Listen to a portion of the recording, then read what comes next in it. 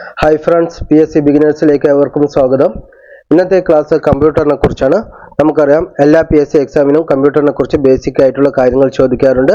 അതിന് സാധാരണ അലോട്ട് ചെയ്തിരിക്കുന്ന മാർക്ക് എന്ന് പറയുന്നത് 3 മാർക്കാണ്. നമ്മൾ ഇംഗ്ലീഷ്, മലയാളം, അതുപോലെ മാത്സ് ഇങ്ങനെയുള്ളതിൽ ഫുൾ മാർക്ക് സ്കോർ ചെയ്യുന്നത് പോലെ നമുക്ക് കമ്പ്യൂട്ടറിലും ഫുൾ മാർക്ക് സ്കോർ ചെയ്തേ പറ്റുള്ളൂ. കാരണം ബേസിക് ആയിട്ടുള്ള കാര്യങ്ങളാണ് സാധാരണ അതിൽ ചോദിക്കാറ്. നമുക്ക് ഡയറക്റ്റ് ആയിട്ട് ക്ലാസ്സിലേക്ക് കടക്കാം. ആദ്യമായിട്ട് എന്താണ് കമ്പ്യൂട്ടർ? കമ്പ്യൂട്ടർ എന്ന് പറയുന്ന മെഷീൻ അതൊരു ഇലക്ട്രോണിക് ഉപകരണമാണ്. അത് എന്തിനൊക്കെയാണ് നമ്മളെ സഹായിക്കുന്നത്? അത് നമ്മൾ കൊടുക്കുന്ന ഡാറ്റയെ പ്രോസസ്സ് ചെയ്യുന്നു. അതുപോലെ ഈ ഡാറ്റയെ സ്റ്റോർ ചെയ്യണം വെച്ചാൽ ഡാറ്റ സ്റ്റോർ ചെയ്യുന്നു. അതുപോലെ ഡാറ്റയെ പ്രോസസ്സ് ചെയ്തതിനു ശേഷം നമുക്ക് ഇൻഫർമേഷൻ തരുന്നു. അപ്പോൾ ഇതൊക്കെയാണ് കമ്പ്യൂട്ടറിന്റെ ഫങ്ഷൻസ്. അല്ലെങ്കിൽ കമ്പ്യൂട്ടർ എന്താണെന്ന് വെച്ചാൽ ഇതാണ്. അപ്പോൾ കമ്പ്യൂട്ടർ എന്ന് പറയുന്നത് എന്താണ്? ഡാറ്റ പ്രോസസ്സ് ചെയ്യും, നമ്മൾ കൊടുക്കുന്ന ഡാറ്റയെ പ്രോസസ്സ് ചെയ്യുകയും അതുപോലെ ഡാറ്റയെ സംഭരിക്കുകയും അതുപോലെ ഡാറ്റയെ പ്രോസസ്സ് ചെയ്തിട്ടുള്ള ഇൻഫർമേഷൻ തരുന്ന ഇലക്ട്രോണിക് ഉപകരണമാണ് കമ്പ്യൂട്ടർ എന്ന് പറയുന്നത്. വിവിധ തരം കമ്പ്യൂട്ടറുകളുണ്ട്. അനലോഗ് കമ്പ്യൂട്ടർ ഉണ്ട്, ഡിജിറ്റൽ കമ്പ്യൂട്ടർ ഉണ്ട്, ഹൈബ്രിഡ് കമ്പ്യൂട്ടർ ഉണ്ട്. ഏതൊക്കെയാണ്? അനലോഗ് കമ്പ്യൂട്ടർ ഉണ്ട്, ഡിജിറ്റൽ കമ്പ്യൂട്ടർ ഉണ്ട്, പിന്നെ ഇവ രണ്ടിന്റെയും ഗുണങ്ങളുള്ള ഹൈബ്രിഡ് കമ്പ്യൂട്ടർ ഉണ്ട്. അപ്പോൾ എന്താണ് ഈ അനലോഗ് കമ്പ്യൂട്ടർ എന്ന് പറഞ്ഞാൽ?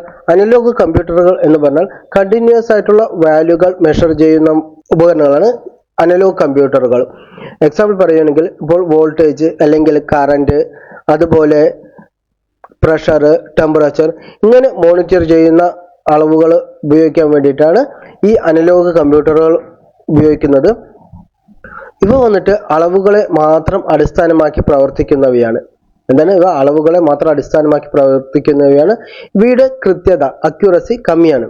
ഇത് പറഞ്ഞപ്പോഴാണ് കമ്പ്യൂട്ടറിന്റെ പ്രധാന സവിശേഷതകൾ എന്തൊക്കെയാണ്? കമ്പ്യൂട്ടറിന്റെ പ്രധാന സവിശേഷതകൾ എന്ന് പറയുന്നത് ഒന്ന് അക്യുറസി.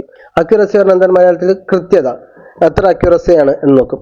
രണ്ടാമത്തത് സ്പീഡ്, അത് എത്ര സ്പീഡിലാണ് എന്നുള്ളത് നോക്കുക. ദെൻ മെമ്മറി കപ്പാസിറ്റി അല്ലെങ്കിൽ സ്റ്റോറേജ് കപ്പാസിറ്റി, അതായത് സംഭരണ ശേഷി. ദെൻ വേഴ്സാലിറ്റി, വേഴ്സാലിറ്റി പറഞ്ഞാൽ വൈദഗ്ധ്യം. അപ്പൊ ഇതൊക്കെയാണ് കമ്പ്യൂട്ടറിന്റെ പ്രധാന സവിശേഷതകൾ. ഈ അനലോഗ് കമ്പ്യൂട്ടറുകൾക്ക് എന്താണ്? അനലോഗ് കമ്പ്യൂട്ടറുകൾക്ക് വേഗത കമ്മിയാണ്, വേഗത കുറവാണ്. അതേസമയം ഡിജിറ്റൽ കമ്പ്യൂട്ടറുകൾ എന്ന് പറയുന്നത് അവ ബൈനറി വാല്യൂസിനെ മാത്രമാണ് അടിസ്ഥാനമാക്കിയിട്ടാണ് എടുക്കുന്നത്. ഓക്കെ, അനലോഗ് കമ്പ്യൂട്ടറുകൾ എന്ന് പറഞ്ഞാൽ ഫുൾ ക്വാണ്ടിറ്റീസ് ആണ് എടുക്കുന്നത്. അനലോഗ് വോൾട്ടേജിനെ ബേസ് ചെയ്തിട്ടുള്ളതാണ് അനലോഗ് കമ്പ്യൂട്ടറുകൾ. പക്ഷേ ഡിജിറ്റൽ കമ്പ്യൂട്ടറുകൾ എന്ന് പറഞ്ഞാൽ അവ ബൈനറി സിസ്റ്റത്തിൽ വർക്ക് ചെയ്യുന്നവയാണ് ഡിജിറ്റൽ കമ്പ്യൂട്ടറുകൾ എന്ന് പറയുന്നത്. പിന്നെ ഈ ഡിജിറ്റൽ കമ്പ്യൂട്ടറുകളുടെ കൃത്യത അത് വളരെ കൂടുതലാണ്. ഡിജിറ്റൽ കമ്പ്യൂട്ടറിന്റെ സ്പീഡും കൂടുതലാണ്. കാരണം ടെക്നോളജി ഇംപ്രൂവ് ചെയ്തിട്ട് ഡിജിറ്റൽ കമ്പ്യൂട്ടറുകളുടെ വേഗതയും കൂടുതലാണ്, അതുപോലെ തന്നെ കൃത്യതയും കൂടുതലാണ്.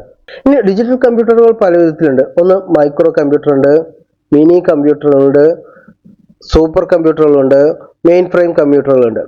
ഓക്കെ, അപ്പോൾ ഏതൊക്കെ ടൈപ്പ് കമ്പ്യൂട്ടറുകളുള്ളത്? ഡിജിറ്റൽ കമ്പ്യൂട്ടറുകളിൽ മൈക്രോ കമ്പ്യൂട്ടർ ഉണ്ട്, മിനി കമ്പ്യൂട്ടറുകളുണ്ട്, മെയിൻ ഫ്രെയിം കമ്പ്യൂട്ടറുകളുണ്ട്, സൂപ്പർ കമ്പ്യൂട്ടറുകളുണ്ട്. ഈ ഹൈബ്രിഡ് കമ്പ്യൂട്ടർ എന്ന് പറഞ്ഞാൽ നമ്മൾ ഈ ഡിജിറ്റലിനെയും അനലോഗിനെയും കമ്പൈൻ ചെയ്തിട്ട് ഉള്ള കമ്പ്യൂട്ടറുകളാണ് ഹൈബ്രിഡ് കമ്പ്യൂട്ടറുകൾ എന്ന് പറയുന്നത്. ഡിജിറ്റലിന്റെയും അനലോഗിന്റെയും ഗുണങ്ങളെ സംയോജിപ്പിച്ച് ഉണ്ടാക്കിയിരിക്കുന്ന കമ്പ്യൂട്ടറുകളാണ് ഹൈബ്രിഡ് കമ്പ്യൂട്ടറുകൾ എന്ന് പറയുന്നത്. അപ്പൊ ഇത്രയുമാണ് കമ്പ്യൂട്ടറുകളെ കുറിച്ച് പറയാനുള്ളത്. അതില്ലാതെ നമ്മുടെ ഈ കമ്പ്യൂട്ടർ എന്ന് പറയുന്നത് അറ്റ് എ ടൈം ഓരോ കാലത്ത് ടെക്നോളജീസ് വ്യത്യാസപ്പെട്ടിട്ടുണ്ട്. അപ്പോൾ ഇതിനെ അടിസ്ഥാനമാക്കിയിട്ട് നമ്മുടെ ജനറേഷൻ ആയിട്ടാണ് അതിന് പറയുക. ഓരോരോ ജനറേഷൻ കമ്പ്യൂട്ടർ ആയിട്ടാണ് പറയുക. അപ്പൊ 5 ജനറേഷൻ ആണ് പറയുന്നത്. ഏതൊക്കെയാണ്? നമ്മളിപ്പോൾ ഉപയോഗിക്കുന്നത് 5ാം ജനറേഷൻ കമ്പ്യൂട്ടറാണ്. അപ്പൊ ആദ്യ ജനറേഷൻ കമ്പ്യൂട്ടർ എന്ന് പറഞ്ഞാൽ അത് ഉപയോഗിച്ചിരിക്കുന്നത്, അതിന്റെ സ്വിച്ച് എന്ന് പറയുന്നത് വാക്വം ട്യൂബ് ആണ്. എന്താണ്? Vacuum tube. അപ്പൊ ഈ വാക്വം ട്യൂബ് പറഞ്ഞാൽ നമ്മുടെ സാധാരണ വലിയൊരു സിസ്റ്റമാണ് വാക്വം ട്യൂബ്. നമ്മുടെ സ്വിച്ചിങ് ആക്ടിവിറ്റീസ് നടക്കുന്നത് ഒരു വലിയ ഒരു എക്യുപ്മെന്റ് പോലെയാണ് വാക്വം ട്യൂബ്. അതുകൊണ്ട് തന്നെ ഈ ആദ്യകാല കമ്പ്യൂട്ടറുകൾ, ആദ്യ ജനറേഷൻ എന്ന കമ്പ്യൂട്ടറുകൾ അത് വളരെ വലുതായിരിക്കും. ഇത് ആദ്യ ജനറേഷൻ, ഫസ്റ്റ് ജനറേഷൻ കമ്പ്യൂട്ടറുകൾ അല്ലെങ്കിൽ ആദ്യ ജനറേഷൻ കമ്പ്യൂട്ടറുകൾ എന്ന് പറയുന്നത് 1949 മുതൽ 1955 വരെയുള്ളവയാണ്. ഓക്കെ, ഇതിൽ ഉപയോഗിച്ചിരിക്കുന്ന സാങ്കേതിക വിദ്യ എന്ന് പറഞ്ഞാൽ എന്താണ്?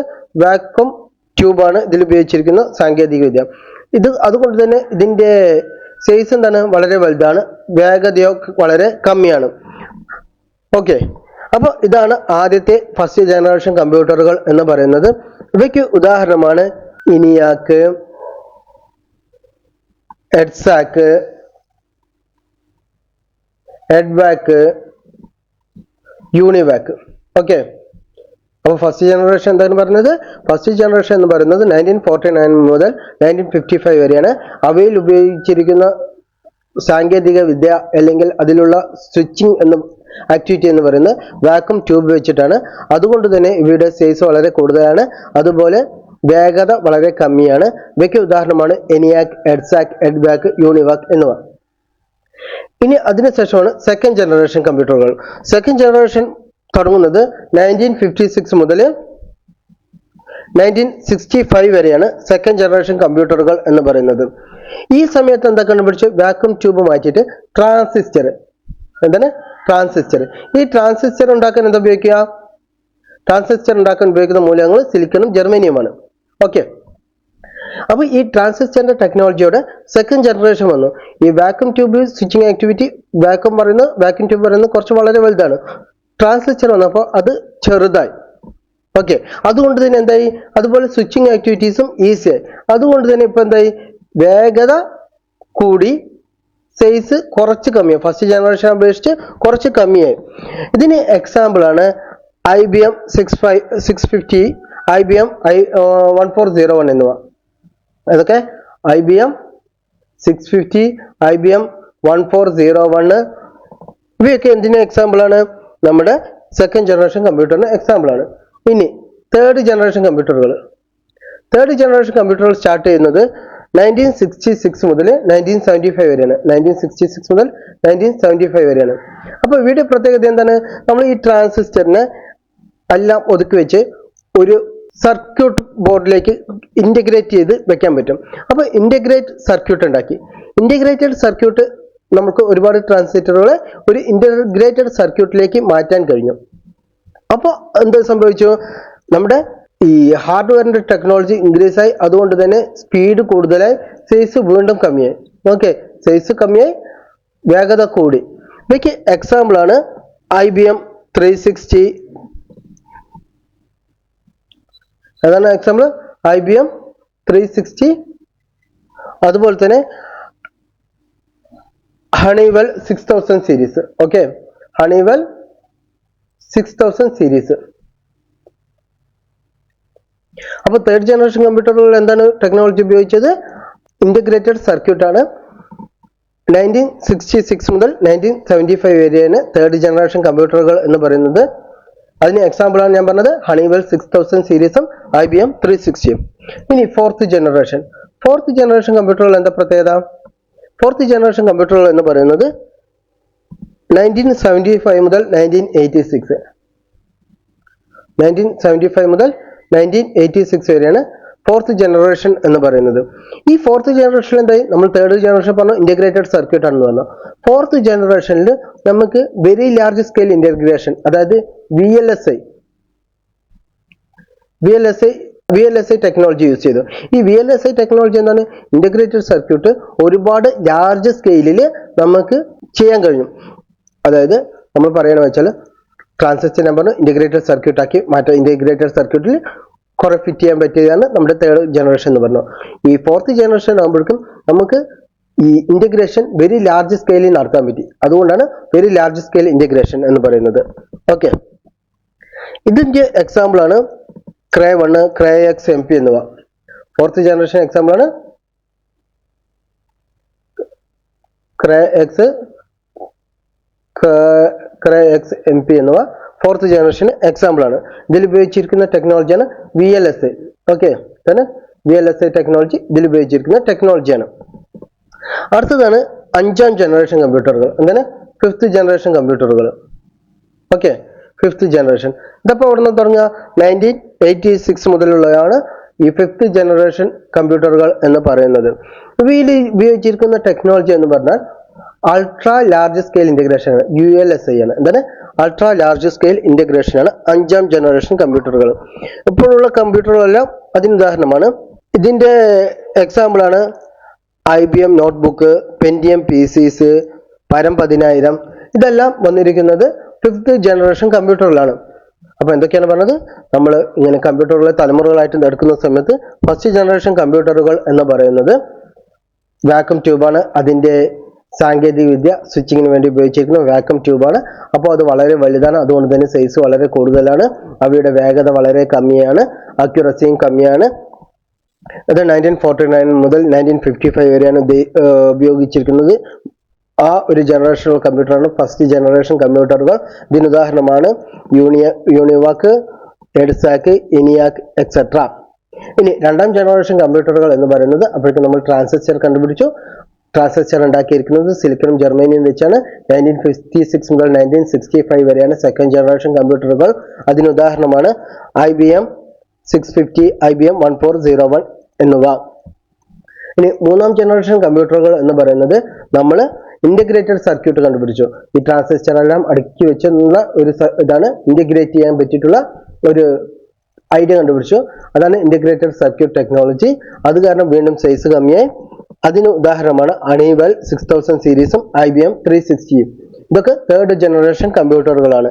ഇനി ഫോർത്ത് ജനറേഷൻ കമ്പ്യൂട്ടറുകൾ എന്ന് പറഞ്ഞാൽ ഈ ഇന്റഗ്രേറ്റഡ് സർക്യൂട്ടിനെ വെരി ലാർജ് സ്കെയിൽ ഇന്റഗ്രേഷൻ ചെയ്യാൻ പറ്റി. അപ്പോൾ VLSI very large scale integration technology use ചെയ്തു.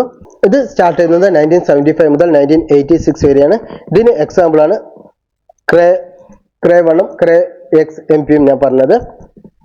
ഇനി അടുത്തതാണ് അഞ്ചാം ജനറേഷൻ കമ്പ്യൂട്ടറുകൾ. നമ്മൾ ഉപയോഗിക്കുന്നതെല്ലാം അഞ്ചാം ജനറേഷനിൽ പെട്ടതാണ്. അവയിൽ എന്താണ് ഉപയോഗിച്ചിരിക്കുന്നത്? അൾട്രാ ലാർജ് സ്കെയിൽ ഇന്റഗ്രേഷൻ ആണ് നടത്തിയിരിക്കുന്നത്. 1986 മുതലാണ് ഇത് വരുന്നത്. ഇതിന് എക്സാമ്പിൾ ആണ് IBM നോട്ട്ബുക്ക്, പെന്റിയം PCs എല്ലാം വരുന്നത് 5th ജനറേഷൻ കമ്പ്യൂട്ടറിലാണ്. ഓക്കെ, ഇനി നമുക്ക് നോക്കാം എന്താണ് കമ്പ്യൂട്ടറിന്റെ പ്രധാന ഘടകങ്ങൾ. കമ്പ്യൂട്ടറിന്റെ പ്രധാന ഘടകങ്ങൾ ശരിക്കും പറഞ്ഞാൽ നമുക്ക് രണ്ടായിട്ട് തിരിക്കാം. ഒന്ന് ഹാർഡ്വെയർ, രണ്ടാമത്തത് സോഫ്റ്റ്വെയർ. അപ്പോൾ എന്താണ് ഈ ഹാർഡ്വെയർ? നമുക്ക് സ്പർശിക്കാൻ കഴിയുന്നതും അതുപോലെ തന്നെ കാണുവാനും കഴിയുന്നതുമായ കമ്പ്യൂട്ടറിലെ ഭാഗങ്ങളെയാണ് ഹാർഡ്വെയർ എന്ന് പറയുന്നത്. ഓക്കെ, അപ്പോൾ എന്താണ് ഹാർഡ്വെയർ എന്ന് പറഞ്ഞാൽ നമ്മൾക്ക് കാണാൻ കഴിയുന്നതും അതുപോലെ നമുക്ക് സ്പർശിക്കാൻ കഴിയുന്നതുമായ ഫിസിക്കലായിട്ടുള്ള കോമ്പണൻസിനെയാണ് നമ്മൾ ഹാർഡ്വെയർ എന്ന് പറയുന്നത്. അതേസമയം സോഫ്റ്റ്വെയർ എന്ന് പറഞ്ഞാൽ പ്രോഗ്രാംസുകളാണ്. ഈ സോഫ്റ്റ്വെയറുകൾ എന്താണ്? ഈ പ്രോഗ്രാംസ് റൺ ചെയ്തിട്ട് അതിനനുസരിച്ച് നമുക്ക് വേണ്ട ഔട്ട്പുട്ട് തരികയാണ് സോഫ്റ്റ്വെയർ ചെയ്യുന്നത്. ഈ സോഫ്റ്റ്വെയർ എങ്ങനെ വർക്ക് ചെയ്യുക? സോഫ്റ്റ്വെയർ ഹാർഡ്വെയറിനെ ഇൻഡയറക്റ്റ് ആയിട്ട് ഹാർഡ്വെയറിനെ കൺട്രോൾ ചെയ്യും. ഇങ്ങനെ ഒരു ഡാറ്റ വരുമ്പോൾ എന്താണ് ചെയ്യേണ്ടത്, എങ്ങനെയാണ് ഹാർഡ്വെയർ പ്രവർത്തിക്കേണ്ടത് എന്നതാണ് സോഫ്റ്റ്വെയർ ഡിസൈഡ് ചെയ്യുന്നത്. ഓക്കെ, അപ്പോൾ സോഫ്റ്റ്വെയർ എന്ന് പറഞ്ഞാൽ നമുക്ക് സ്പർശിക്കാൻ കഴിയില്ല, അതൊരു പ്രോഗ്രാംസ് ആണ്. അങ്ങനെയാണ് സോഫ്റ്റ്വെയർ. ഹാർഡ്വെയർ എന്ന് പറഞ്ഞാൽ ഫിസിക്കലായിട്ടുള്ള സാധനങ്ങളാണ് ഹാർഡ്വെയർ എന്ന് പറയുന്നത്. ഈ ഹാർഡ്വെയറിൽ തന്നെ ഇൻപുട്ട് ഉണ്ട്, ഔട്ട്പുട്ട് ഉണ്ട്, മെമ്മറി ഉണ്ട്, പ്രൊസസ്സർ ഉണ്ട്. ഹാർഡ്വെയറിൽ എന്തൊക്കെ ഐറ്റംസ് ഉണ്ട്? ഇൻപുട്ട് ഉണ്ട്, പ്രൊസസ്സർ ഉണ്ട്, ഔട്ട്പുട്ട് ഉണ്ട്, മെമ്മറി ഉണ്ട്. ഈ ഇൻപുട്ട് എന്ന് പറഞ്ഞാൽ എന്താണ്? നമ്മൾ കമ്പ്യൂട്ടറിൽ കൊടുക്കുന്ന എല്ലാ ഇൻഫർമേഷനും കൊടുക്കുന്ന ഉപകരണങ്ങൾ നമ്മൾ പറയാം ഇൻപുട്ട് ഉപകരണങ്ങൾ എന്നാണ് പറയുക. ഓക്കെ, ഔട്ട്പുട്ട് ഉപകരണങ്ങൾ എന്ന് പറഞ്ഞാൽ നമുക്ക് കമ്പ്യൂട്ടർ ഡാറ്റ പ്രോസസ് ചെയ്തതിനു ശേഷം അത് ഔട്ട്പുട്ടായിട്ട് ഇൻഫർമേഷൻ തരുന്ന ഉപകരണങ്ങളെല്ലാം നമ്മൾ പറയുക ഔട്ട്പുട്ട് ഉപകരണങ്ങൾ എന്നാണ് പറയുക. ഈ ഘടകം കൂടാതെ നമ്മുടെ പെരിഫറൽസ് എന്ന് പറയും. ഈ പെരിഫറൽസ് എന്ന് പറഞ്ഞാൽ കമ്പ്യൂട്ടറുമായിട്ട് കണക്ട് ചെയ്യുന്ന ഉപകരണങ്ങളെ മൊത്തമായിട്ട് പറയുന്ന പേരാണ് പെരിഫറൽസ്. അപ്പോൾ ഇത് ഇൻപുട്ട് ഉപകരണങ്ങളും ഔട്ട്പുട്ട് ഉപകരണങ്ങളും ഇതിൽ ഉൾപ്പെടും. എന്താണ് പെരിഫറൽസ് എന്ന് പറഞ്ഞാൽ? കമ്പ്യൂട്ടറുമായിട്ട് അറ്റാച്ച് ചെയ്യുന്ന ഉപകരണങ്ങളെ പറയുന്ന പേരാണ് പെരിഫറൽസ് എന്ന് പറയുന്നത്. ഇൻപുട്ടും ഔട്ട്പുട്ടിലുള്ള ഇക്വിപ്മെന്റ്സ് എല്ലാം പെരിഫറൽസ് വരും. പിന്നെ അടുത്താണ് പോർട്സ്. പോർട്സ് പറഞ്ഞാൽ ഇപ്പോൾ USB പോർട്ട്. നമ്മൾ ഈ ഇക്വിപ്മെന്റ്സ് എല്ലാം കണക്ട് ചെയ്യാൻ വേണ്ടിയിട്ടുള്ള അറേഞ്ച്മെന്റ് ആണ് പോർട്ടുകൾ എന്ന് പറയുന്നത്. ഓക്കെ, USB പോർട്ട് ഉണ്ട്, RSJ45 പോർട്ട് ഉണ്ട്, RJ45 പോർട്ട് ഉണ്ട്, അതുപോലെ VGA പോർട്ട് ഉണ്ട്. അപ്പോൾ ഇങ്ങനെയുള്ള പോർട്ടുകൾക്ക് എക്സാമ്പിൾ ആണ് ഇപ്പൊ ഞാൻ പറഞ്ഞത്. അതായത് നമ്മളുടെ ഇക്വിപ്മെന്റ്സ് അറ്റാച്ച് ചെയ്യാൻ വേണ്ടിയിട്ട് അതിലിരിക്കുന്ന അറേഞ്ച്മെന്റ് ആണ് പോർട്ടുകൾ എന്ന് പറയുന്നത്. നമുക്ക് ഇനിയും പഠിക്കുമ്പോൾ മനസ്സിലാവും. അപ്പോൾ ഞാൻ പറഞ്ഞു ഇൻപുട്ട് ഉപകരണങ്ങൾ പറഞ്ഞാൽ എന്താണ്? നമ്മുടെ കമ്പ്യൂട്ടറിലേക്ക് ഡാറ്റയോ അല്ലെങ്കിൽ എന്ത് ഇൻഫർമേഷൻ കൊടുക്കാൻ വേണ്ടിയിട്ടും കമ്പ്യൂട്ടറിലേക്ക് ഡാറ്റ കൊടുക്കാൻ വേണ്ടിയിട്ട് ഉപയോഗിക്കുന്ന ഉപകരണങ്ങളെയെല്ലാം നമ്മൾ പറയുക ഇൻപുട്ട് ഉപകരണങ്ങളാണ്. അപ്പോൾ അതിന് എക്സാമ്പിൾ ആണ് ആദ്യത്തേത് കീബോർഡ്, രണ്ടാമത്തേതാണ് mouse, joystick, barcode scanner, graphic card, track ball, microphone, web cam, optical marker reader, touch pad. ഇവയെല്ലാം എന്താണ്? ഇവയെല്ലാം നമ്മുടെ ഇൻപുട്ട് ഉപകരണങ്ങളാണ്. അപ്പോൾ എന്താണ് ഇൻപുട്ട് ഉപകരണങ്ങൾ എന്ന് പറഞ്ഞാൽ നമ്മൾ കമ്പ്യൂട്ടറിലേക്ക് കൊടുക്കുന്ന ഡാറ്റ കൊടുക്കാൻ വേണ്ടിയിട്ടുള്ള ഉപകരണങ്ങളാണ് ഇൻപുട്ട് ഉപകരണങ്ങൾ. അവയ്ക്ക് ഉദാഹരണമാണ് keyboard, mouse, joystick, barcode scanner, graphic cards, memory card reader, track ball, microphone, web cam, optical marker reader, touch pad, touch screen, ഇതെല്ലാം ഇതിൽ വരും. അതൊക്കെ വരും. ഇതല്ലാതെ ടച്ച് സ്ക്രീൻ വരും, മെമ്മറി കാർഡ് റീഡർ ഉണ്ട്, ഇതെല്ലാം വരിക നമ്മുടെ ഇൻപുട്ട് ഡിവൈസസ് ആയിട്ടാണ് വരിക. ഇനി നമുക്ക് ഓരോ ഇൻപുട്ട് ഡിവൈസസ് വിശദമായി നോക്കാം. ആദ്യത്തേത് നമ്മുടെ കീബോർഡ്. ഇവിടെ ഒരു കീബോർഡിന്റെ ചിത്രം കാണിച്ചിട്ടുണ്ട്. അപ്പോൾ അതാണ് ഏറ്റവും വലിയ ഇടതുവശത്ത് ഏറ്റവും മുകളിലായി കാണപ്പെടുന്ന കീ ആണ് എസ്കേപ്പ് കീ. ESC എന്ന് എഴുതിയിട്ടില്ല, ഇതാ കണ്ടില്ലേ, ESC എന്ന് എഴുതിയിട്ടുള്ളത് escape key. Okay, escape key ആണ് കീബോർഡിന്റെ ഏറ്റവും ഇടതുഭാഗത്ത് മുകളിലായിട്ട് കാണപ്പെടുന്നത്. കീബോർഡിലെ ഏറ്റവും വലിയ കീ എന്ന് പറയുന്നത് സ്പേസ് കീ ആണ്. ഈ മൊത്തം കീബോർഡിനെ നമുക്ക് ന്യൂമറിക്കൽ കീ പറഞ്ഞാൽ ന്യൂമറിക് സംഖ്യകളുള്ള കീ ആണ് ന്യൂമറിക് കീ എന്ന് പറയുന്നത്. 1 2 3 4 5 6 7 8 9 0 ഇതൊക്കെ ന്യൂമറിക് കീ ആണ്. പിന്നെ ഫങ്ഷണൽ കീ പറയുന്നതാണ് F1 to F12 വരെയാണ് ഫങ്ഷണൽ കീ എന്ന് പറയുന്നത്. പിന്നെ ആൽഫാബെറ്റ്സ് കീ ഉണ്ട്. ആൽഫാബെറ്റ്സ് കീ പറഞ്ഞതാണ് ആൽഫാബെറ്റ്സുകളുള്ള കീ ആണ് ആൽഫാബെറ്റ്സ് കീ എന്ന് പറയുന്നത്. അപ്പോൾ ഏതൊക്കെ തരം കീകളുള്ളത്? ഒന്ന് ആൽഫാബെറ്റ്സ് കീ ഉണ്ട്, ന്യൂമറിക്കൽ കീ ഉണ്ട്, ഫങ്ഷണൽ കീ ഉണ്ട്, പിന്നെ നാവിഗേഷൻ കീ ഉണ്ട്. അതാണ് നാവിഗേഷൻ കീകളുണ്ട്. അതായത് നാവിഗേഷൻ പറഞ്ഞാൽ നമ്മളെ നാവിഗേറ്റ് ചെയ്യാൻ വേണ്ടിയിട്ട് റൈറ്റിലേക്കോ ലെഫ്റ്റിലേക്കോ ഒക്കെ ചെയ്യാൻ വേണ്ടിയിട്ട് നാവിഗേഷൻ കീ ഉള്ളത്. പിന്നെ സ്പെഷ്യൽ ക്യാരക്ടേഴ്സ് ഉണ്ട്. അതല്ല സ്പെഷ്യൽ ക്യാരക്ടേഴ്സ് ഒക്കെ ഇവിടെയൊക്കെ ഉണ്ട്. അതാണ് സ്പെഷ്യൽ ക്യാരക്ടേഴ്സ് കീകൾ. മോഡിഫയർ കീകൾ, ടോഗിൾ കീകൾ. അതൊക്കെയാണ് മോഡിഫയർ കീകൾ, ടോഗിൾ കീകൾ, ന്യൂമറിക്കൽ കീകൾ, ഫങ്ഷണൽ കീകൾ, നാവിഗേഷൻ കീകൾ, ആൽഫാബെറ്റ്സ് കീകൾ, സ്പെഷ്യൽ ക്യാരക്ടർ കീകൾ. ഇങ്ങനെ ഇത്രയും ക്യാരക്ടർ കീകൾ നമ്മുടെ കീബോർഡിലുണ്ട്. കീബോർഡിന്റെ ഏറ്റവും ഇടത് ഭാഗത്ത് മുകളിലായി കാണപ്പെടുന്നതാണ് എസ്കേപ്പ് കീ എന്ന് പറയുന്നത്. അതാണ് ESC എന്ന് എഴുതിയിരിക്കുന്ന ഈ കീ. ദെൻ കീബോർഡിലെ ഏറ്റവും വലിയ കീ ആണ് സ്പേസ് കീ എന്ന് പറയുന്നത്. ഒരു കീബോർഡിൽ ഫങ്ഷണൽ കീ എത്ര എണ്ണം ഉണ്ട്? ഫങ്ഷണൽ കീ F1 മുതൽ F12 വരെ ഉണ്ട്. അപ്പോൾ ഫങ്ഷണൽ കീ എത്ര എണ്ണം ഉണ്ട്? 12 ഫങ്ഷണൽ കീ ആണുള്ളത്. ഒരു കീബോർഡിൽ മൊത്തം 104 കീകൾ ഉണ്ടാവും. എത്ര എണ്ണം ഉണ്ടാവും? 104 കീകൾ ഉണ്ടാവും. നമ്മുടെ ഈ കീബോർഡ് എന്താ ചെയ്യുക? നമ്മളിപ്പോൾ A എന്നുള്ള ലെറ്റർ ഇതാക്കുകയാണ്. അപ്പോൾ ഇതെന്ത് ചെയ്യും വെച്ചാൽ അതിനെ ASCII കോഡിലോട്ട് കൺവേർട്ട് ചെയ്യും. 8 ഡിജിറ്റ് ആണ് സാധാരണ ആയിട്ട് ഉപയോഗിക്കുന്നത്. അപ്പോൾ 8 ഡിജിറ്റിൽ ഒരു ബൈനറി കോഡായിട്ട് അത് മാറ്റും. സപ്പോസ് A എന്ന് പറയുന്നത് 10101100 നോക്കിയാൽ 2 4 6 8. അപ്പോൾ നമ്മൾ A നടത്തുമ്പോൾ ഈ ഒരു കോഡായിരിക്കും അവിടേക്ക് പോകുന്നത്, കമ്പ്യൂട്ടറിന്റെ ഉള്ളിലേക്ക് പോകുന്നത്. ഇത് എയുടെ യഥാർത്ഥ കോഡല്ല, ഞാൻ ജസ്റ്റ് എക്സാമ്പിൾ തന്നാണ്. അപ്പോൾ A എന്ന് ചെയ്യുന്ന സമയത്ത് ഈ ഇൻപുട്ട് ഈ കീബോർഡ് എന്ത് ചെയ്യും? ഇങ്ങനെ ഒരു കോഡ് കമ്പ്യൂട്ടറിലേക്ക് കടത്തും. അപ്പോൾ കമ്പ്യൂട്ടർ മനസ്സിലാവും A എന്നാണ് പ്രസ് ചെയ്തിരിക്കുന്നതെന്ന്. അപ്പോൾ ഈ കീബോർഡ് എന്തിനാണ് ഉപയോഗിക്കുന്നത്? നമ്മുടെ ഒരു ഇൻപുട്ട് ഉപകരണമാണ്. നമ്മുടെ ഡാറ്റ, അക്ഷരങ്ങൾ, അക്കങ്ങൾ, സംഖ്യകൾ ഇവയെല്ലാം നമ്മുടെ കമ്പ്യൂട്ടറിലേക്ക് എൻ്റർ ചെയ്യാൻ വേണ്ടിയിട്ടാണ് നമ്മൾ കീബോർഡ് ഉപയോഗിക്കുന്നത്. ഈ കീബോർഡ് എന്താ ചെയ്യുന്നത്? അതിലെ ഓരോ കീകളും ASCII ക്യാരക്ടേഴ്സിലേക്ക്, ASCII കോഡിലോട്ട് കീബോർഡ് മാറ്റുകയാണ് ചെയ്യുന്നത്. കീബോർഡിൽ എത്ര മൊത്തം കീകളുണ്ട്? 104 കീകളുണ്ട്. ഫങ്ഷണൽ കീ ഉണ്ട്, ആൽഫബെറ്റ്സ് കീകളുണ്ട്, ന്യൂമറിക്കൽ കീ ഉണ്ട്, നാവിഗേഷൻ കീ ഉണ്ട്, മോഡിഫയർ കീകളുണ്ട്, സ്പെഷ്യൽ ക്യാരക്ടർ കീകളുണ്ട്, ടോഗിൾ കീകളുണ്ട്, ഫങ്ഷണൽ കീ 12 ഉണ്ട്. ഈ കീബോർഡ് കണ്ടുപിടിച്ച ആരാണ്? കീബോർഡ് കണ്ടുപിടിച്ച വ്യക്തിയാണ് ക്രിസ്റ്റഫർ ലതാം ഷോൾസ്. ആരാണ്?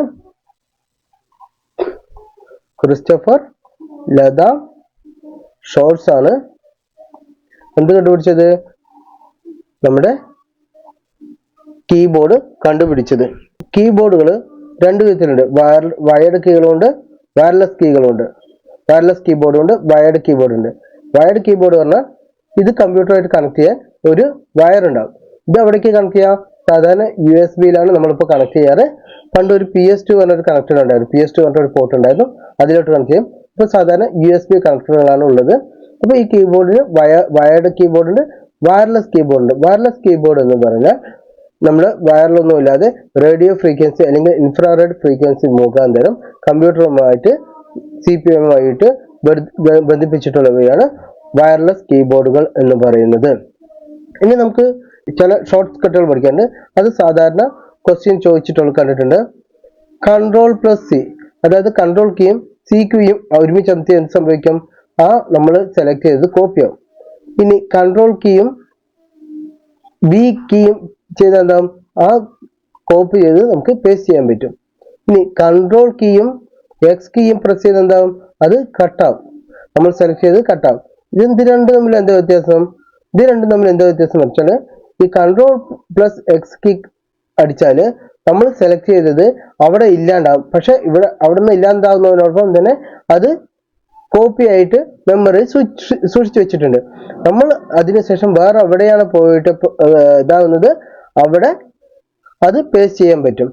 അതേസമയം Ctrl+C എന്ന് പറഞ്ഞാൽ Ctrl+C പ്രസ് ചെയ്യുന്ന സമയത്ത് എന്താ സംഭവിക്കുക വെച്ചാൽ കോപ്പി ആവും. അവിടെ നിന്ന് കട്ടാവാതെ കോപ്പി മാത്രമാവും.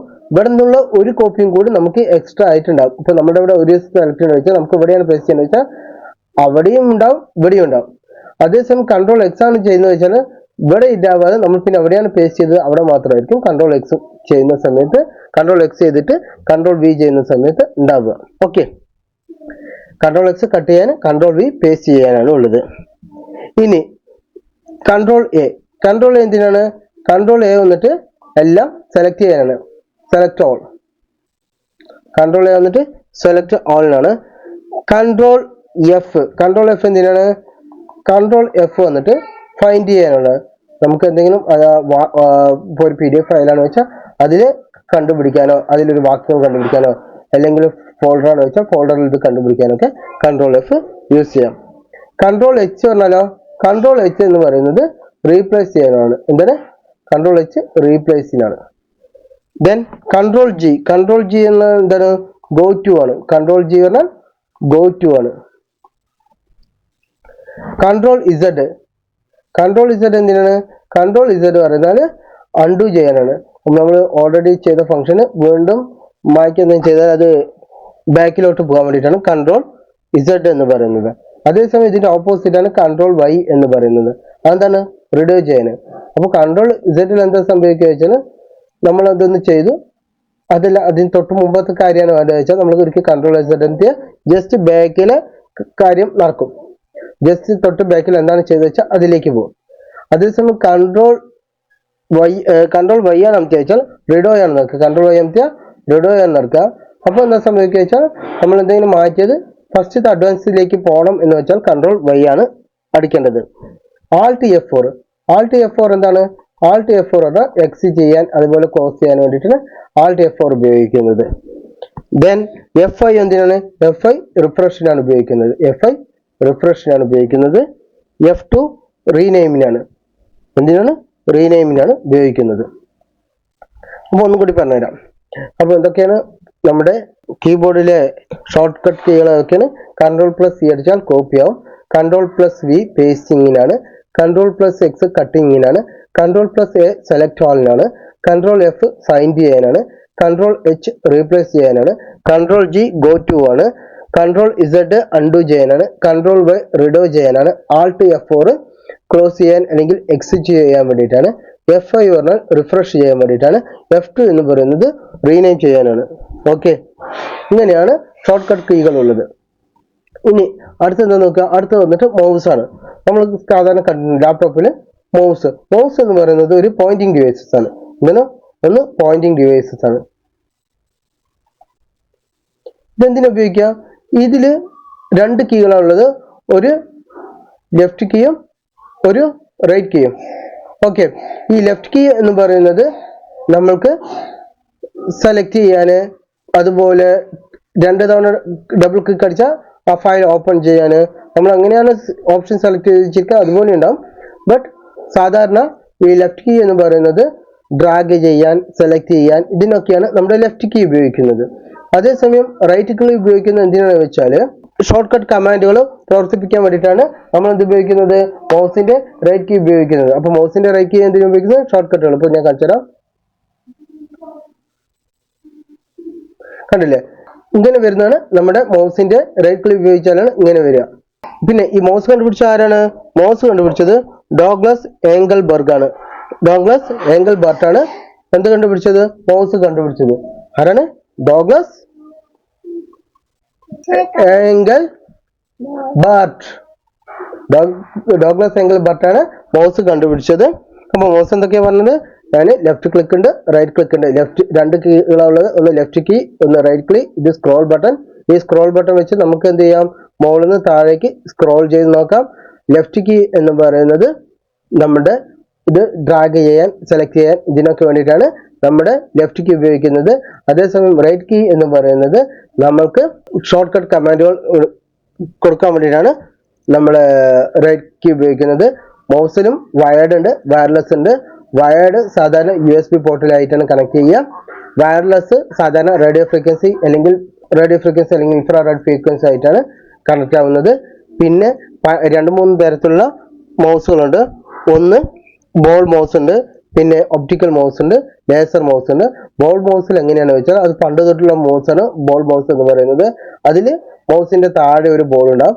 ആ ബോളിന്റെ മൂവ്മെന്റ് അനുസരിച്ചാണ് മൗസ് ഇങ്ങനെ പോയിന്റ് ചെയ്ത് ഈ കമ്പ്യൂട്ടറിന്റെ ഇതിലേക്ക് മൂവ്മെന്റും പോയിന്റിങ് എല്ലാം നടത്തുന്നത്. അതേസമയം ഒപ്റ്റിക്കൽ മൗസിൽ നമ്മുടെ ലൈറ്റിന്റെ റിഫ്ലക്ഷന്റെ ഇതനുസരിച്ചാണ് ഈ മൗസ് അതിന്റെ സ്ഥാനം നിർണ്ണയിക്കുന്നത്. ഇനി LED ടൈപ്പിൽ LEDs ആണ് ഉപയോഗിക്കുന്നത്. അതിനുള്ള റിഫ്ലക്റ്റഡ് ലൈറ്റ് ഉപയോഗിച്ചാണ് എന്ത് ചെയ്യുന്നത്? മൗസ് അതിന്റെ സ്ഥാനങ്ങൾ നിർണ്ണയിക്കുന്നത്. ഇങ്ങനെയാണ് മൗസുകൾ വിവിധ തരത്തിലുള്ളത്. പിന്നെ ഇതില്ലാതെ മൗസിന്റെ യൂണിറ്റ്, മൗസിന്റെ വേഗത അളക്കാനുള്ള യൂണിറ്റ് ആണ് മൈക്കി എന്ന് പറയുന്നത്. മൈക്കി എന്ന് പറയുന്നത് ഇനി മൗസ് പറയുമ്പോൾ തന്നെ നമുക്ക് പറയണം ഏതാണ്? Touch pad.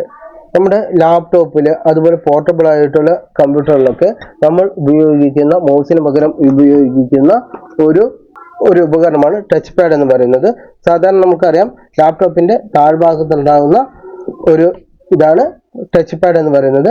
അപ്പോൾ ഇതെങ്ങനെ പ്രവർത്തിക്കുക വെച്ചാൽ നമ്മൾ കൊടുക്കുന്ന ടച്ച് പാഡിൽ അമർത്തുമ്പോഴുള്ള മർദ്ദത്തിനനുസരിച്ചാണ് ഇത് കേഴ്സറിന്റെ സ്ഥാനം നിയന്ത്രിക്കുന്നത്. ഇപ്പൊ കണ്ടില്ലേ കേഴ്സർ മൂവ് ചെയ്യുന്നത്? അത് ടച്ച് പാഡിലാണ് മൂവ് ചെയ്യിക്കുന്നത്. ഇതിന്റെ ലെഫ്റ്റ് സൈഡ് മൗസിൽ വിചാരിക്കുന്ന പോലെ ഒരു കീ ഉണ്ട്, അതുപോലെ റൈറ്റ് കീ ഉണ്ടാവും. ഓക്കെ, ഇതാണ് ടച്ച് പാഡ് എന്ന് പറയുന്നത്.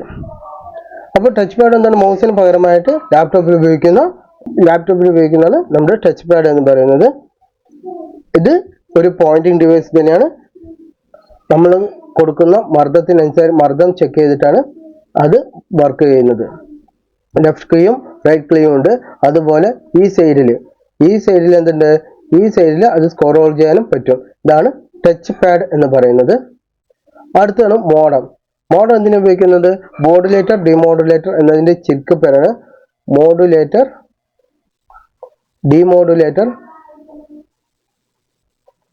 എന്നതിന്റെ ചുരുക്ക പേരാണ് മോഡം എന്ന് പറയുന്നത്. ഇതെന്താ ചെയ്യുക? മോഡുലേറ്റ് ചെയ്യുക പറഞ്ഞാൽ ഒരു സിഗ്നൽ വരികയാണ്. ഒരു സിഗ്നലിനെ ഒരു കോഡായിട്ട് മാറ്റുന്നതാണ്. സപ്പോസ് ഇങ്ങനെ ഒരു സിഗ്നൽ വരികയാണ്, അതിനെ ഒരു പ്രത്യേക തരത്തിലേക്ക് മാറ്റുന്നതാണ് മോഡുലേറ്റർ എന്ന് പറയുന്നത്. ഡിമോഡുലേറ്റർ എന്ന് പറഞ്ഞാൽ കോഡായിട്ട് വന്ന സാധനത്തിനെ തിരിച്ച് സാധാരണ ആക്കുന്നതാണ് ഡിമോഡുലേറ്റർ എന്ന് പറയുന്നത്. അപ്പൊ ഈ മോഡ് ഉപയോഗിച്ചിട്ടാണ് എന്ത് ചെയ്യുന്നത്? നമ്മുടെ ടെലിഫോൺ ലൈനിൽ കൂടി വിവരം കൈമാറ്റം ചെയ്യാൻ സഹായിക്കുന്ന ഉപകരണമാണ് മോഡം എന്ന് പറയുന്നത്. അതുപോലെ മോഡത്തിന്റെ സഹായത്തോടെയാണ് ടെലിഫോൺ കോളുകൾ ചെയ്യുന്നതിനും സ്വീകരിക്കുന്നതിനും സാധിക്കുന്നത്. കമ്പ്യൂട്ടറിലെ വിവരങ്ങൾ ടെലിഫോൺ ലൈനിൽ കൂടെ അയക്കാൻ വേണ്ടിയിട്ട് അതിനെ മോഡുലേറ്റ് ചെയ്യാനും അതുപോലെ കമ്പ്യൂട്ടറിന് മനസ്സിലാവുന്ന വിധത്തിലേക്ക് ആ സിഗ്നലുകളെ ഡിമോഡുലേറ്റ് ചെയ്യാനും കഴിയുന്നവയാണ് മോഡം അല്ലെങ്കിൽ മോഡുലേറ്റർ, ഡിമോഡുലേറ്റർ എന്ന് പറയുന്നത്. അതൊരു ഇൻപുട്ട് ഡിവൈസസ് ആണ്. ഇനി എന്താണ് നമുക്ക് നോക്കാം. സ്ക്രീന് നമ്മുടെ മൊബൈലെല്ലാം ഉപയോഗിക്കുന്നത് ഇപ്പോൾ ടച്ച് സ്ക്രീനാണ്. നമുക്ക് ഇങ്ങനെ ടച്ച് ചെയ്തിട്ട് ഓരോന്ന് സെലക്ട് ചെയ്യാനും പറ്റും, എല്ലാം ചെയ്യാൻ പറ്റും. ഇതുപോലെ തന്നെ വലിയ കമ്പ്യൂട്ടറിലും ഇതുപോലെ ടച്ച് സ്ക്രീൻ ഫെസിലിറ്റി ഉണ്ട്. അപ്പോൾ നമുക്ക് അതിന്റെ മോണിറ്ററിൽ തൊട്ടിട്ട് തന്നെ നമുക്ക് സെലക്ട് ചെയ്യാനും എല്ലാം പറ്റും. അപ്പോൾ ടച്ച് സ്ക്രീൻ എന്ന് പറയുന്നത് ഒരു ഇൻപുട്ട് ഡിവൈസസ് ആണ്. അതുപോലെ നമ്മൾ ടച്ച് സ്ക്രീൻ കണ്ടിട്ടുള്ള എവിടെയാണ്? നമ്മുടെ ATMല്, അതുപോലെ റെയിൽവേ സ്റ്റേഷനിലെ എൻക്വയറി ടെർമിനൽസ്, ഇതിലെല്ലാം എന്താണ് ഈ റെയിൽവേ സ്റ്റേഷൻ ഇൻഫർമേഷൻ ബൂത്തുകൾ അവയിലെല്ലാം എന്തുണ്ട്, ടച്ച് സ്ക്രീനുകളുണ്ട്. നമുക്കത് സെലക്ട് ചെയ്ത് നമ്മുടെ ഇൻഫർമേഷൻ നമുക്ക് എടുക്കാൻ പറ്റും. ഇതൊക്കെയാണ് ടച്ച് സ്ക്രീനുകൾ എന്ന് പറയുന്നത്. പിന്നെ ഗ്രാഫിക് ടാബ്ലറ്റ്. എന്താണ് ഗ്രാഫിക് ടാബ്ലറ്റ്? ഗ്രാഫിക് ടാബ്ലറ്റ് എന്താണെന്ന് പറഞ്ഞാൽ ഇതൊരു പരന്ന പ്രതലമാണ്. ഇതിനൊരു പ്രത്യേക തരം, ഇപ്പോൾ ഞാൻ ഉപയോഗിക്കുന്ന മാതിരിയുള്ളത്, ഇതിലൊരു പേന ഉണ്ടാവും, അതുപോലെ ഒരു പരന്ന പ്രതലം ഉണ്ടാവും. നമ്മൾ ഈ പരന്ന പ്രതലത്തിൽ നമ്മൾ കൊടുക്കുന്ന ഈ പേന വെച്ച് കൊടുക്കുന്ന മർദ്ദത്തിനനുസരിച്ച് നമ്മുടെ മോണിറ്ററിൽ നമുക്ക് വരയ്ക്കാനും എഴുതാനും പറ്റും. ഇതാണ് ഗ്രാഫിക് ടാബ്ലറ്റ് എന്ന് പറയുന്നത്. ഒരു ഇലക്ട്രോണിക് എഴുത്തു പ്രതലമുണ്ട്, അതിലുപയോഗിക്കാൻ ഒരു പ്രത്യേകതരം പേനയുണ്ട്. ഇതിന്റെ മർദ്ദത്തിലുള്ള ഇതിനനുസരിച്ചാണ്, പ്രവർത്തനമനുസരിച്ചാണ് ഇത് വരയുന്നതും അതുപോലെ അക്ഷരങ്ങൾ ഉണ്ടാക്കുന്നതും. ഇതാണ് ഗ്രാഫിക് ടാബ്ലറ്റ് എന്ന് പറയുന്നത്. ഓക്കെ, ഇനി അടുത്തതാണ് എന്ത്, OMR, സ്മാർട്ട് കാർഡ് റീഡർ, അതുപോലെ തന്നെ QR കോഡ്. ഓക്കെ, ഇതൊക്കെ എന്താണ്, OMR ഷീറ്റ് വായിക്കാൻ കഴിയുന്നവയാണ് OMR കാർഡ് റീഡർ എന്ന് പറയുന്നത്. സ്മാർട്ട് കാർഡ് പറഞ്ഞാൽ സ്മാർട്ട് കാർഡ് റീഡ് ചെയ്യാൻ കഴിവുള്ളതാണ് സ്മാർട്ട് കാർഡ് റീഡർ എന്ന് പറയുന്നത്. QR കോഡ് റീഡർ പറഞ്ഞാൽ QR കോഡ് റീഡ് ചെയ്യാൻ കഴിയുന്നതാണ് QR കോഡ് റീഡർ എന്ന് പറയുന്നത്. അപ്പോൾ ഈ OMR ഷീറ്റുകൾ റീഡ് ചെയ്യാൻ വേണ്ടിയിട്ട് OMR ഷീറ്റ് ഓൾറെഡി നമ്മൾ ഇന്ന സ്പെസിഫിക്കിലൊക്കെ ആയിട്ടായിരിക്കും ഇന്ന ആൻസർ എന്നതാക്കിയിട്ടുണ്ടാകും. അപ്പോൾ നമ്മുടെ ഈ PSC എക്സാമിനൊക്കെ ഉണ്ടാകുന്ന OMR ഷീറ്റിനെ ഇതിൽ ഓൾറെഡി കൊടുത്തിട്ടുള്ള അക്ഷര സൂചികയായിട്ട് കമ്പയർ ചെയ്തിട്ടാണ്, അത് സ്കാൻ ചെയ്തിട്ടാണ് ഇതാകുന്നത്. ഇങ്ങനെയാണ് OMR റീഡർ വർക്ക് ആവുന്നത്. ഓപ്റ്റിക്കൽ മാർക്ക് റീഡർ എന്നാണ് അതിന്റെ ഫുൾ ഫോം.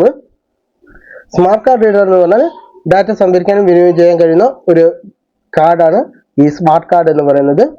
ചിലവിൽ എന്തുണ്ടാവും, മെമ്മറി ഉണ്ടാവും, അതുപോലെ ചിലതിന് പ്രോസസ്സർ ഉണ്ടാവും, മൈക്രോ പ്രോസസ്സർ ഉണ്ടാവും. അവയ്ക്ക് ഡാറ്റ കൂട്ടിച്ചേർക്കാൻ ആവശ്യമില്ലാത്തവർക്ക് നീക്കം ചെയ്യാനും കഴിയും. ഈ QR കോഡ് റീഡർ എന്ന് പറഞ്ഞാൽ നമ്മൾ ബാർകോഡ് റീഡർ അതുപോലെ തന്നെയാണ് QR കോഡ് റീഡറും. ബാർകോഡ് റീഡർ എന്ന് പറഞ്ഞാൽ എങ്ങനെയാണ്, നമ്മുടെ ഒരു സാധനമുണ്ട്, അതിന്റെ സംഖ്യ സൂചിപ്പിക്കാൻ വേണ്ടിയിട്ട് കോഡുകളായിട്ട് കട്ടി കുറവിടിയതും കട്ടി കുറഞ്ഞതും ആയിട്ടുള്ള കുറച്ച് വരകൾ ഉണ്ടാകും. ഇതാണ് ബാർകോഡ്. ഇത് റീഡ് ചെയ്യാൻ പറ്റുന്നവയാണ് ബാർകോഡ് റീഡർ. ഈ QR കോഡ് എന്ന് പറഞ്ഞാൽ എന്താണ്, QR കോഡ് ദ്വിമാനമാണ്, 2 ഡയമെൻഷനാണ് QR കോഡ് എന്ന് പറയുന്നത്. QR കോഡിന് കൂടുതൽ ഡാറ്റ സ്റ്റോർ ചെയ്യാൻ കഴിയും. പിന്നെ നമ്മുടെ വെബ്സൈറ്റ്, URL, ഗൂഗിൾ പേ അങ്ങനെയുള്ളതെല്ലാം അതിലുള്ള ഡാറ്റ എല്ലാം സ്റ്റോർ ചെയ്യാൻ വേണ്ടിയിട്ട് QR കോഡിന് കഴിയും. അപ്പോൾ QR കോഡ് കുറച്ചും കൂടി അഡ്വാൻസ്ഡ് ആണ്. ഇനി അടുത്താണ് നാലാമത്തത് സ്കാനർ. സ്കാനർ എന്താണ്, സ്കാൻ ചെയ്യാൻ വേണ്ടിയിട്ടുള്ളതാണ് സ്കാനർ എന്ന് പറയുന്നത്. നമ്മൾ കൊടുക്കുന്ന നമ്മുടെ ഒരു ഫോട്ടോസ്റ്റാറ്റ് മെഷീൻ പോലെ തന്നെ ഉണ്ടാവും. നമ്മൾ അതിന് പ്രതലത്തിൽ ഒരു പേപ്പർ എന്തെങ്കിലും വെച്ചാൽ അതിലുള്ള ഇമേജിനെ സ്കാൻ ചെയ്തിട്ട് എന്ത് ചെയ്യും, ഈ സ്കാനർ വന്നിട്ട് ഈ ഇമേജോ അല്ലെങ്കിൽ ഇമേജ് ആയിട്ട് അതിൽ എഴുതിയിരിക്കുന്ന അല്ലെങ്കിൽ വരകളോ അല്ലെങ്കിൽ ചിത്രങ്ങളോ അത് നേരെ കമ്പ്യൂട്ടറിലേക്ക് കൊടുക്കും. ഓക്കെ, ചിലപ്പോൾ JPEG ഇമേജിലായിരിക്കും സ്റ്റോർ ചെയ്യുക. ഇതാണ് സ്കാനർ എന്ന് പറയുന്നത്. സ്കാനർ ഒരു ഇൻപുട്ട് ഡിവൈസസ് ആണ്. ഈ സ്കാനർ തന്നെ പല വിധത്തിലുണ്ട്. ഒന്ന് ഷീറ്റ് ഫീൽഡ് സ്കാനർ ഉണ്ട്. ഷീറ്റ് ഫീൽഡ് പറഞ്ഞാൽ നമ്മുടെ ഓരോ ഷീറ്റായിട്ട് സ്കാൻ ചെയ്യുന്നതാണ് ഷീറ്റ് ഫീൽഡ് സ്കാനർ എന്ന് പറയുന്നത്. അതേസമയം ഫ്ലാറ്റ് ബെഡ് സ്കാനർ പറഞ്ഞാൽ ഒരു ബുക്കിന് ഒരുമിച്ച് സ്കാൻ ചെയ്യാൻ കഴിയുന്നതാണ് ഫ്ലാറ്റ് ബെഡ് സ്കാനർ എന്ന് പറയുന്നത്. അടുത്താണ് ജോയ്സ്റ്റിക്ക്. ജോയ്സ്റ്റിക്ക് എന്ന് പറഞ്ഞാൽ നമ്മുടെ മൗസിനെ പോലെ തന്നെ സെലക്ട് ചെയ്യാൻ വേണ്ടി ഉപയോഗിക്കുന്നവയാണ് ഈ ജോയ്സ്റ്റിക്ക് എന്ന് പറയുന്നത്. എക്സ്പെഷ്യലി വീഡിയോ ഗെയിമിനൊക്കെ വേണ്ടി ഉപയോഗിക്കുന്നതാണ് ജോയ്സ്റ്റിക്ക്. ഇതനുസരിച്ച് ഇത് നമുക്ക് എല്ലാവിടേക്കും മൂവ് ചെയ്യാനും അതുപോലെ സെലക്ട് ചെയ്യാനും ഇതിനെല്ലാം കഴിയുന്നവയാണ് ജോയ്സ്റ്റിക്കുകൾ എന്ന് പറയുന്നത്. ഇത് ഉപയോഗിച്ച് നമുക്ക് എന്ത് ചെയ്യാം, കേഴ്സറിനെ മൂവ് ചെയ്യാം. കേഴ്സർ പറഞ്ഞാൽ എന്താണ്, ഇതാണ് കേഴ്സർ, കണ്ടില്ലേ, ഈ ആരോ മാർക്കാണ് കേഴ്സർ എന്ന് പറയുന്നത്. ഓക്കെ, ഇനി അടുത്താണ് മൈക്രോഫോൺ. മൈക്രോഫോൺ എന്ന് പറഞ്ഞാൽ എന്താണ്, മൈക്രോഫോൺ പറഞ്ഞാൽ നമ്മൾ ഇപ്പൊ ഞാൻ സംസാരിക്കുന്നു, ഈ സംസാരിക്കുന്നത് കമ്പ്യൂട്ടറിലേക്ക് കൊടുക്കുന്ന ഇൻഫർമേഷൻ ആക്കിയിട്ടുള്ള ഇലക്ട്രിക് സിഗ്നലാക്കി മാറ്റുന്നവയാണ് മൈക്രോഫോണുകൾ എന്ന് പറയുന്നത്. ഇവ എന്ത് ചെയ്യും, നമ്മൾ കൊടുക്കുന്ന വോയിസിനെ കമ്പ്യൂട്ടറിലേക്ക് സെൻഡ് ചെയ്യും. ഓക്കെ, അങ്ങനെ വേണമെങ്കിൽ ആ ഇൻഫർമേഷൻ ഡാറ്റ സ്റ്റോർ ചെയ്യാൻ കമ്പ്യൂട്ടറിന് പറ്റുകയും ചെയ്യും. ഇതില്ലാതെ കുറച്ച് വോയിസ് റെക്കഗ്നേഷൻ ആപ്സുകളൊക്കെ ഉണ്ട്. ഇവ എന്ത് ചെയ്യും, നമ്മൾ കൊടുക്കുന്ന വോയിസിനെ റിക്കഗ്നൈസ് ചെയ്തിട്ട് എന്താണ് ചെയ്യേണ്ടത്, എന്ത് ആപ്ലിക്കേഷനാണ് ചെയ്യേണ്ടത് എന്നത് അത് സ്വയം വോയിസ് റെക്കഗ്നേഷനിലൂടെ മനസ്സിലാവും. അടുത്താണ് സ്പീച്ച് റെക്കഗ്നേഷൻ മെത്തേഡുകളുണ്ട്.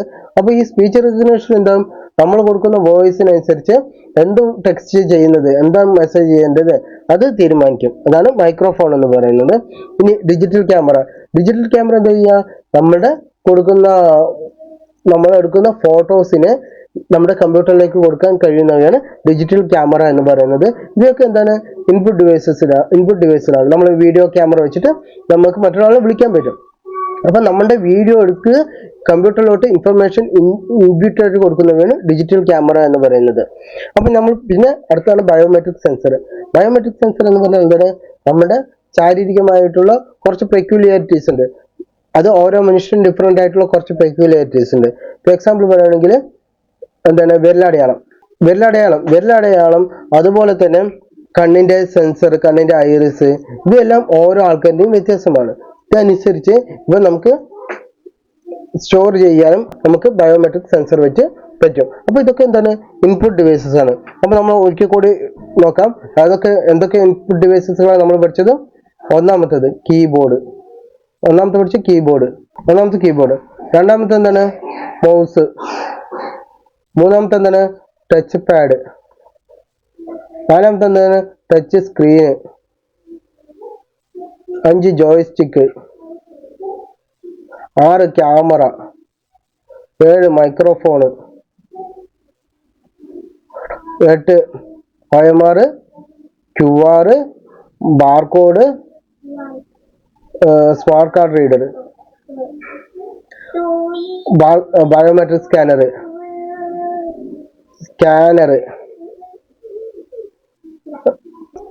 ഗ്രാഫിക് ടാബ്ലറ്റ്, പിന്നെ ഒന്നാണ് ലൈറ്റ് പെൻ എന്ന് പറഞ്ഞാൽ ഒരു പ്രത്യേകതരം പേനയാണ്.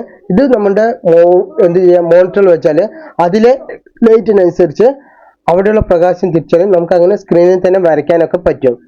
നമ്മൾ ഇതൊക്കെ ഉപയോഗിക്കുന്നത് എന്തിനാണ്, കമ്പ്യൂട്ടർ എയ്ഡഡ് ഡിസൈനിങ്ങിന്, CAD-നൊക്കെ ഇത് ഉപയോഗിക്കാറുണ്ട്. ഇങ്ങനെ ഉപയോഗിക്കുന്നവയാണ് ലൈറ്റ് പെൻ എന്ന് പറയുന്നത്. അപ്പോൾ ഇത്രയും കാര്യങ്ങളാണ് നമ്മുടെ ഇൻപുട്ട് ഡിവൈസസ് എന്ന് പറയുന്നത്. കീബോർഡിൽ പഠിക്കാനുള്ളതെല്ലാം പഠിച്ചു വയ്ക്കുക. ഞാൻ ഓൾറെഡി പറഞ്ഞിട്ടുണ്ടായിരുന്നു, 104 ലെറ്റേഴ്സ് ആണുള്ളത്. ഏറ്റവും ലെഫ്റ്റ് മുകളിലുള്ളത് എസ്കേപ്പ് കീ ആണ്, ഏറ്റവും വലിയ കീ സ്പേസ് കീ ആണ്. 104 കീകളുണ്ട്, ഫംഗ്ഷൻ കീ ഉണ്ട്, ന്യൂമറൽ കീ ഉണ്ട്, ആൽഫബറ്റ് കീ ഉണ്ട്. അതൊക്കെ പറഞ്ഞു തന്നിരുന്നു. എല്ലാം ഒന്നും കൂടി ഓർത്ത് വയ്ക്കുക. ഇതോടെ ക്ലാസ് വൈൻഡപ്പ് ചെയ്യുക. നമുക്ക് അടുത്ത ക്ലാസ്സിൽ ഔട്ട്പുട്ട് ഡിവൈസസ് പഠിക്കാം. ഇഷ്ടപ്പെട്ടാൽ ലൈക്ക് ചെയ്യുക, ഷെയർ ചെയ്യുക, സബ്സ്ക്രൈബ് ചെയ്യുക. താങ്ക്